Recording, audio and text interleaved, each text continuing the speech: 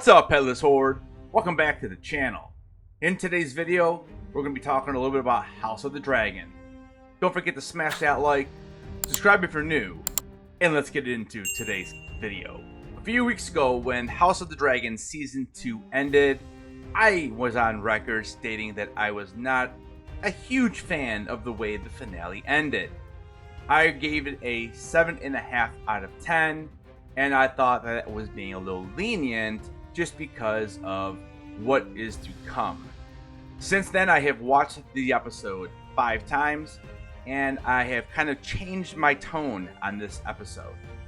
Us as viewers have always come to expect big things when it came to the end of a season in Game of Thrones and House of the Dragon. People get excited because we expect something huge to happen. Back in Game of Thrones, the first season ended with Ned Stark, who everyone thought was the hero and main character of that series, getting executed by King Joffrey Baratheon. That was shocking. Plus, the North broke away, Khal Drogo died, and we saw Daenerys' dragons were born. In later seasons, the last episodes always had battles, lots of blood and crazy surprises, such as the Red Wedding, the Battle of the Bastards, and who could forget Episode 10 of Season 5, Mother's Mercy. When House of the Dragon came out, it did the same thing. In the final episode of Season 1, we saw what happened right after King Viserys died. Aegon II took over the throne, but not everyone agreed with that. The Green and the Black factions started getting their armies ready, and then Aemon's dragon, Vhagar, killed Rhaenyra's son Lucerys and his dragon Arrax. That was a big deal. But the Season 2 finale was different. This time, there wasn't a big battle with lots of CGI effects. If you liked fighting scenes, you had to be happy with the Battle of Rook's Rest earlier in the season. There wasn't anything like that in the finale. Also, no big characters died. I actually thought Aemon, who's now leading the Greens, was going to fight Daemon, who's kind of like an older version of Aemon. I was wrong. I also thought we would definitely see more dragon vs. dragon action and a death of a major character. Nope. Try again. Even though there wasn't a lot of action, the finale had some of the best plot twists and character moments of the entire show thus far. On top of that, the show continues to make you guess and stay invested in the challenges both factions are trying to overcome. For anyone who liked the way Jaime Lannister and Brienne of Tarth were paired up in Game of Thrones, I'll tell you what, we got a new duel. Tywin Lannister and Admiral Lohar is going to be really cool. Lohar is a super scary commander from the Triarchy, and even though the actor who plays him is a woman, Lohar uses male pronouns and has a bunch of wives.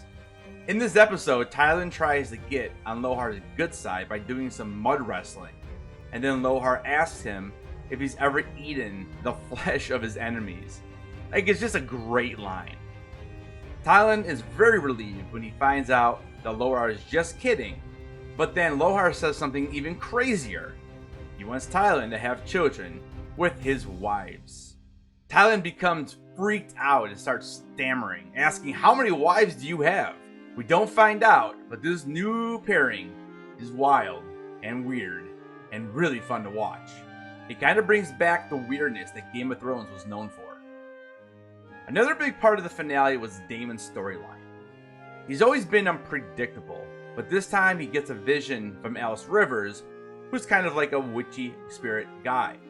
Think Melisandre. The vision makes him rethink his plan to betray Rhaenyra and take the Iron Throne for himself. Instead, he decides to support her. This was a big twist because it shows Daemon growing as a character, and now he realizes that his own ambitions aren't as important as the bigger picture, which is saving humanity from dragon warfare and possibly even the White Walkers. This twist was also the first time the Song of Ice and Fire prophecy really made a big impact on the show. I believe this added the depth to Daemon's character to make his story even more interesting moving forward. The finale also had a lot of good one-on-one conversations between characters.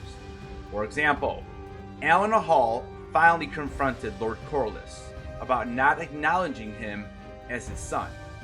Rhaenyra had a deep conversation with Mysaria about who really pays the price in war. And then we see a bratty Jacaerys totally lose it when Ulf, a barroom show-off turned dragon rider, showed up with terrible manners.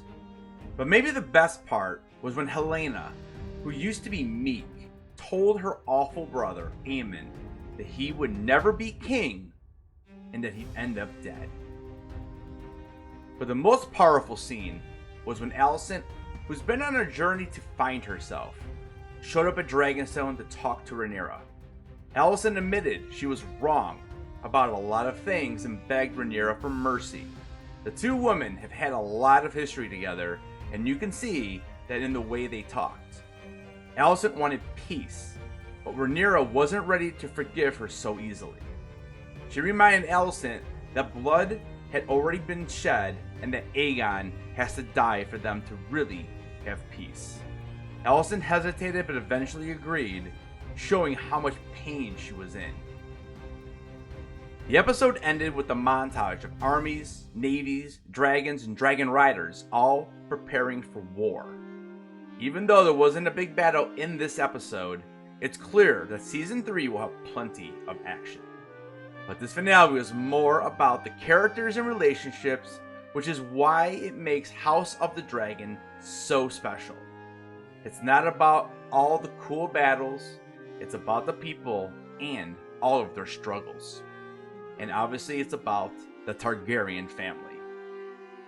Guys, thank you so much for listening and watching this video. Let me know down in the comments, what did you think about the finale? Did you rewatch it? Has your opinion changed? Don't forget to keep those heads on, and I'll see you guys in the next video.